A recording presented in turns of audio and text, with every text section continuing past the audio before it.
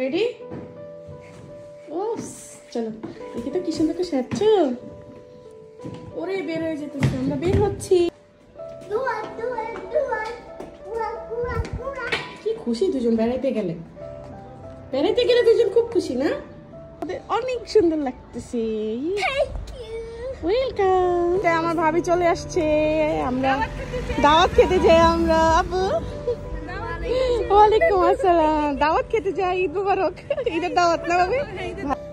আসসালামু আলাইকুম এভরিওয়ান, কি অবস্থা, সবাই কেমন আছেন? আলহামদুলিল্লাহ আমরা অনেক ভালো আছি।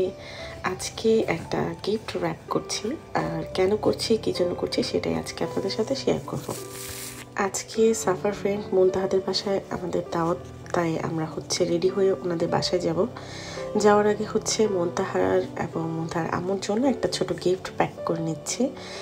আর গিফট প্যাক করার সময় ভাবলাম সুন্দর একটা ভিডিও করি, কারণ যেহেতু আমার এই ধরনের গিফট র্যাপ করতে, ডেকোরেট করতে খুবই ভালো লাগে। আর এটাই সিম্পল ওয়েতে কীভাবে করলাম সেটা আপনাদের সাথে একটু শেয়ার করে নিলাম। আর ভাবিদের বাসায় গিয়ে আমরা কী কী করেছি, কী কী খেয়েছি সেটাও আজকে আপনাদের সাথে এই ব্লগে শেয়ার করব। আশা করি আপনাদের সবার ভালো লাগবে। যেহেতু আমরা ভাবিদের বাসায় বিকালে গিয়েছি, মানে আমাদের রাতের দাওয়াত ছিল, তো যাওয়ার পরপরই ভাবি আমাদের বিকালের যে নাস্তা থাকে সেটা আমাদের সার্ভ করেছে। আর এই যে আমরা সবাই মিলে বসে পড়েছি চা। তারপর আমি ভাবিকে গিফটটা দিচ্ছিলাম। গিফটটা সবাই একটু আনপ্যাক করে দেখতে চাচ্ছিল, তাই সেই মুহূর্তে আমি ছোট একটা ভিডিও নিই এবং আনপ্যাক করার পরে ভাবির হাতে যখন এটা দেওয়া হয়, ভাবি খুবই খুশি হয়। মাশাআল্লাহ, ওনার হ্যাপিনেসটা দেখেই আসলে খুব ভালো লাগতেছিল। মন থেকে কাউকে কিছু দেওয়ার পরে যদি সেই মানুষটা খুশি হয়, তাহলে দেখবেন অন্যরকম একটা শান্তি ফিল হয়। এগুলো ছবিতে আনা আর যুদ্ধে জয়ী হয় এক কথা। ওকে সবাই বলো ঈদ মুবারক।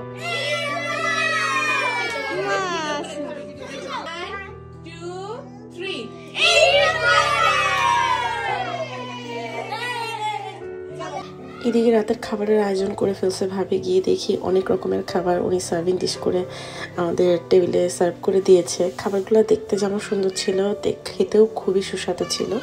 মাশাআল্লাহ, প্রত্যেকটা খাবারই খুব ভালো লেগেছে, খুব তৃপ্তি সহকারে খেয়েছি।